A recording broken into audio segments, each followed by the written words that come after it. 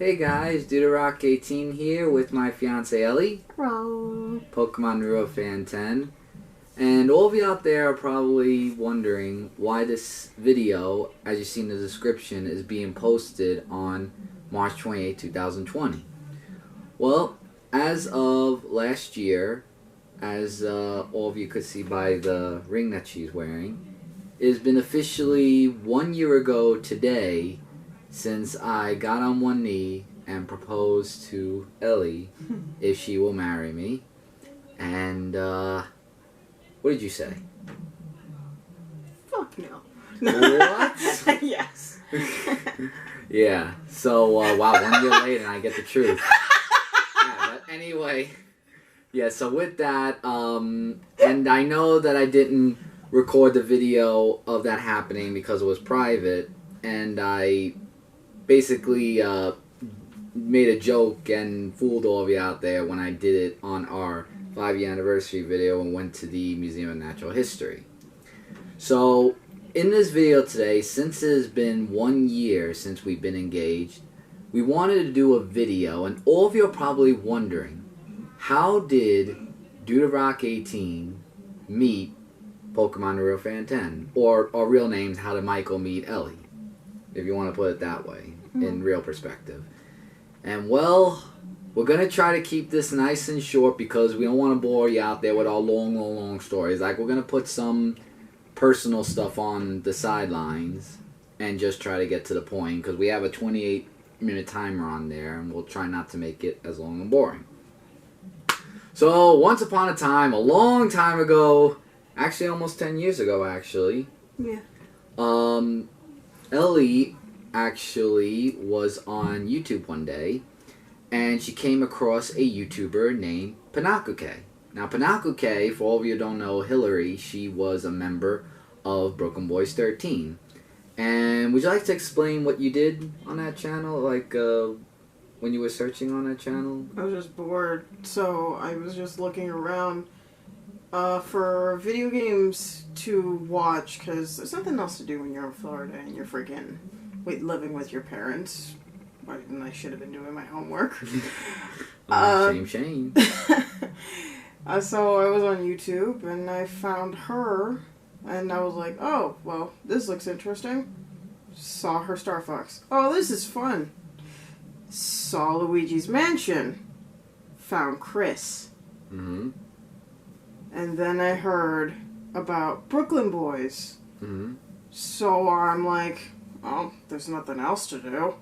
I mean, I could do my math homework, but I don't wanna. So I'm gonna go... Stay in school and do your homework, everyone. It was summer break! That's what they all say. It was summer break! Continue. I go... Shut up. What? No. I go check them out. And I started watching their channel, and honest to God, I thought it was freaking hilarious. Yep. And then there was one video that you said that was your favorite video, and when she was watching the videos, and when I came in the spotlight being funny, silly, and crazy, which I still am sometimes, I question that sometimes as well, especially at this age. Ow. And then she said that when she saw me on the video, like, her heart literally stopped. Like, not, like, as in, like, saying, oh my God, get the hospital ambulance or anything. It's just, like, how would you describe it? Like, I can't describe your part of how you felt. I really said my heart stopped. I just recently had gone through a breakup, so I guess I had mixed feelings towards literally everything. And I was watching the Olympics videos first. Oh, the Marathon Sonic at the Olympics. And then I saw some of your skits. And you all looked like you were funny, charming, hilarious. And, of course, going over a breakup, also mixed feelings over a couple people. But one that stood out more was him. Yep. And so then one night on Skype, you know, like, we Skyped with each other, and I'll never forget when we first Skyped with each other, we were like Dragon Ball Z, all of us. Like, we did Kamehamehas to each other, special beam cannons, I Skyped Chris first, and then I Skyped you. Right, but we were, like, doing, like, Dragon Ball Z stuff and all that, and then, we thought of exchanging cell phone numbers because she was a big fan of us, and I'm, like, saying, sure, why not, you know, just to keep in contact with each other. And, so we talked to each other, and one morning, I looked at my cell phone of a text message from her saying, you know, after watching your videos, I think you're cute. Mm-mm. And I was like... I didn't say that. I thought you said that you thought it was No, I cute. texted you one day, and because you know how women, they have their woman's intuition about how other people feel about them. And we talked for a while at that point. Right. So I texted you one day out of complete curiosity, the stupidest thing a teenager could possibly text. Do you like me? Oh, and that too, yeah. Well, and I was like, I mean, I don't know. I mean, you know, because I knew that she lived in Florida and I lived in New York, and with my history of long-distance relationships back then, I said, they don't work out. You were in a relationship too at that time. No, I wasn't. Weren't you? No, I was out of that. Oh, sorry. At that time, yeah. See, we that's why I said sidelines, but anyway, so we talked with each other, and come June, I'll never forget when I asked her to watch a Futurama season premiere with me. The whole Zap Brannigan thing when he was like stuck in, he was like, ugh. We were just laughing hysterically, and just right there, you know, we're talking to each other every night. We liked each other, and then there were times where, you know, we said, you know, even though we're far away from each other, maybe we should just be friends and stuff like that. And after that happened, with that, she hasn't been on the internet for 1 year. I wasn't on for a few months. I was grounded or something for some reason. So my dad took away my internet, and I couldn't go on the internet unless I was at school, and then they blocked the internet at school of going on YouTube and stuff. Yeah, so I couldn't get in contact with her or anything, and then at that time, I was, you know, with someone who turned out to be a complete psychopath, not gonna say her name or anything, but whatever. And then, at the time, and lasted for 4 months anyway, when I broke up with her, about 2 months later, she was back on the internet. And I was like, whoa, like, you're back on the internet. Like, my gosh, I missed you so much. Is everything okay? Because I tried calling her and everything, and just... I even one time... I think it was... At that point, my phone was dead, too. Yeah, probably that as well. So, with all that aside and everything, one day, while we were talking around that time, she was saying to me in April that she is going to be coming to New York because your brother knew of somebody... That was years later. No, that was during the time, actually. No, but like a year or so later, because I had lost connection with you again, and then I came back. Oh, I forgot the second time, actually. But anyway, with that, because I'm just trying to skip to the good part, so she said she was coming to New York in April because her brother knew of somebody in the Bronx that was giving an apartment. So she came, and then she was like saying, so since I'm coming to New York, maybe I could meet with all of you. And at that time, we were kind of getting that feeling of liking each other, like more than just friends and stuff like that, in some essence, in that, if that makes any sense. And so yeah, so she came to New York, and we waited until she got settled until May. And May 11th, 2014. Mother's Day. Mother's Day, and I'll never forget. I mean... Not the greatest day to decide to visit. But she actually said that I'm actually in Brooklyn because I told her where, you know, our nearest place is. And she said, do you want to come meet me? And I said, well, yeah, just give me a minute. And I had so many things going through my head. Like saying, like, oh my god, like, I've been talking with this girl and I'm going to see her. Like, is she going to just, like, is she excited? Is she nervous? I don't know what was going through her head. I was fucking nervous. That was also my first time taking the subway. Right. So, I was there and I saw her and she saw me. And then she started walking.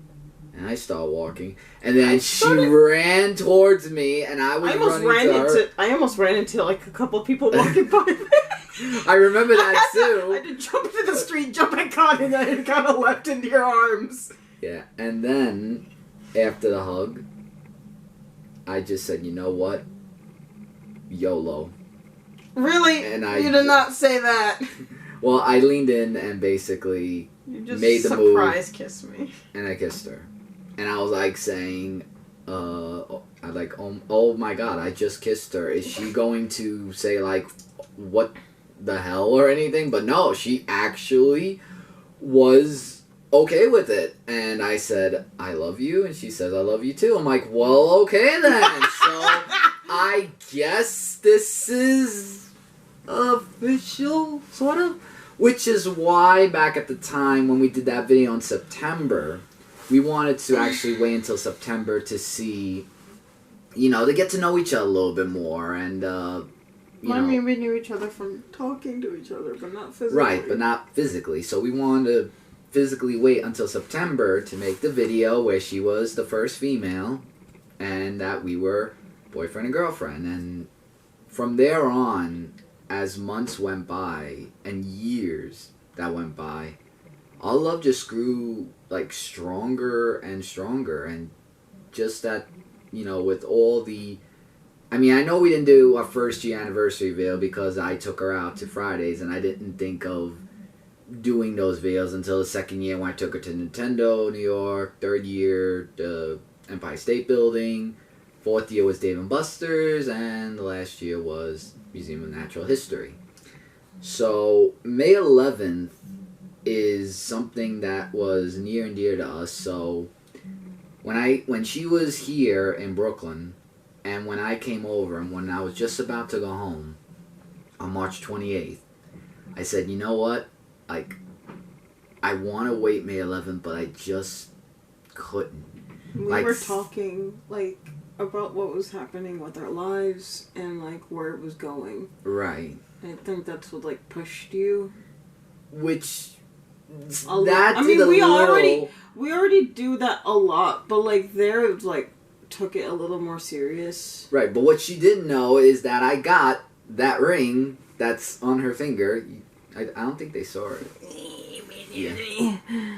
I bought that in November, and then, like, December, January, February, March, 4 months later, instead of waiting 6 months, because that would have been half a year, actually, I just got down on one knee, and I told her, I asked her, actually, will you marry me? And, of course, she said... I busted up crying. She was crying. She couldn't stop with the fact that, like, saying, oh my god, I got the ring on my finger. I did not. I know, I was just being over dramatic. But anyway. You're a boy. But beside the point, this is just really how we met with each other. And after just meeting each other physically, the one quote that I always said after this was to never give up on hope. And, we were there for each other throughout the good times and the bad times. There was a lot of bad. I'd lost my dad. I was going through emotional crap. Because teenagers, like, always being emotional and crap, thinking their life's unfair. Yeah. But I would expand more about that, but I'll save that for our vows, because marriage is like, I don't know, like 3 years, 4 years, who knows? Well, right now, any planning we had is like on perma-hold until this virus that we have, it goes away. Well, by next year, it should go away. No, but like, we can't exactly save. Like, we have to spend our money. Oh, with that, yeah. We have to spend our money on, like, And living and surviving off of this virus because we're supposed to be on lockdown and quarantine. And... Yeah. Yeah. But when I did propose to her, I wasn't living here at the time. I was, you know, like I came to visit her every once in a while and all that. But, you know, May 11th may be the thing that will be close to our hearts. But March 28th of this day being 1 year and 1 year later that didn't think I'd be living with her in this apartment and everything just going great. I mean, ups and downs is always in a relationship, but, you know, it's just like saying, like, wow, like, she's actually the first person that I've actually proposed to. You should be the only person you ever proposed to. And is there somebody else? Well, there wasn't. You son of a... Anyway, and the longest relationship, of course, because... We're going on 6 years. Yeah, and also... And 10 years knowing each other. Yeah, because 10 years ago on June, it'll be that. But another thing that I always said is that if you have a long-distance relationship, give hope a chance. Because back then, I didn't really give hope a chance. But then, after a while, I was like saying, just wait a little bit. Because something's got to give someday. And I'm just glad that I actually never gave up on hope. And that I believed in myself that long-distance relationships can work, only determining what the outcome shall be. Because not every long-distance relationship can work. There's circumstances where it's like an abusive long-distance relationship. Like, the woman feels trapped, like they can't leave their partner or anything like that. But they want to keep hoping that things will change. And I want to tell people that go through that, stuff like that, might or will never change. That's right. So there's somebody else out there for you. Always. There will be. But the person you're with, and if they're treating you terribly in any way, shape, or form, leave. Don't even give it a second guess. Leave. Absolutely. Because you don't want to be in that type of thing. And if you're breaking up, go through healing. Because after I broke up with my ex... Well, don't always break up right away. Even if it's like a nice relationship. Like, no, talk. If it's a nice relationship, yeah. But I'm just saying, if a breakup happens, like, just don't go right away to the next one. Like, always heal, like what I did. Don't go to the next one. Don't try going back to the person you were with. It might not be the greatest thing for you mentally, physically, or emotionally. Just give yourself time, and you might find someone. You might find someone within a month, within a couple days, and hey, that's the way things work for some people. Yeah, and always go by personality, because looks, everybody, they fade away. If their personality is great for you inside and out, the way I saw in her, with that, then that is the person for you. And to always be there for them when they need you, for anything, at any time, and just always know that you have to just work together and just communicate. Because communication is the number one thing that in every relationship should have. Just always talk. Exactly. Always talk. Don't yell. Take a breather. And just talk things through. You could be arguing over the littlest thing and be like, why were we fighting? Right. Just talk. And if you need to give each other space, give each other a little space.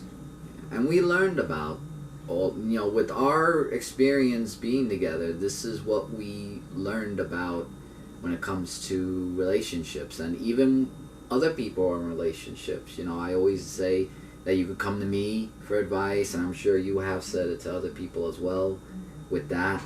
And just always know that if you want to ever talk to me or her about it, you know, we're here for that matter. But, yeah, so that's basically the story of now that you know how we met and how, you know, it went from being, hey, this is how we met, to, well, look, we're in a therapy session now. Tell me all of your problems. Yeah, and just like what we do in the anniversary video on May 11th, this is only going to be a one-time thing where we do the engagement. It's just 1 year, and for this to be something that is of importance to us, the May 11th thing will still go on as of the anniversary journey, depending on, like we said before, with the coronavirus and everything. It's Corona. Why would you and your cannolis? I know. Every time I say that, I think cannolis. That's what I get for being an Italiano. But anyway, beside the point. So if anybody ever wanted to know how we met, it's in this video, and I'm gonna direct everybody to the video of that. But personally, I'm happy with who I'm with, and I could do better. And I love how she, I know when she's joking too, you know, like she's a little joker over there. Yeah.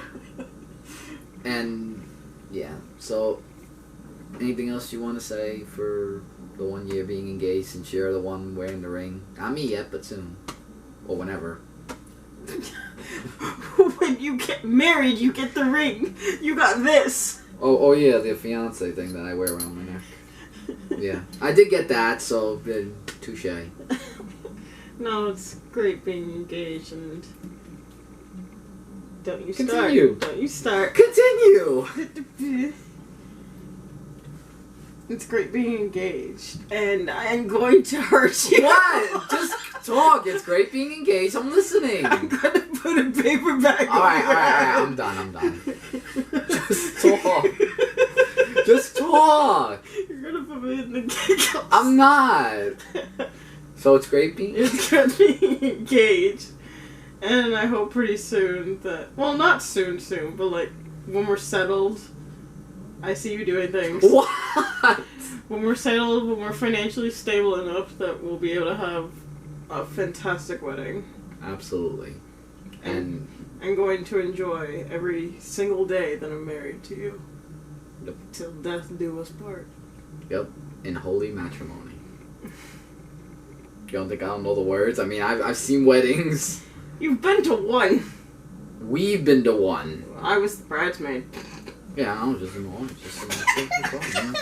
But anyway, so this will do for our video. Not to stretch it out long. Thank you all for watching this 1 year engagement video. If you have been watching this long, depending on how long it is, I don't even know. But 5 hours. No, I don't think so. Anyway, so until next time, everybody. This was our 1 year engagement of how me and Ellie met each other. And that'll be all for this video. So I'm DudeOfRock18, and she's my fiance for 1 year now and going strong. Ellie, pokemonnarutofan10's, saying take care, love is strong and true. Just be true to your heart to that someone, because that person's out there for you. Just never give up on hope. And most importantly, don't forget to rock on. Later, everybody. Snap. Ow!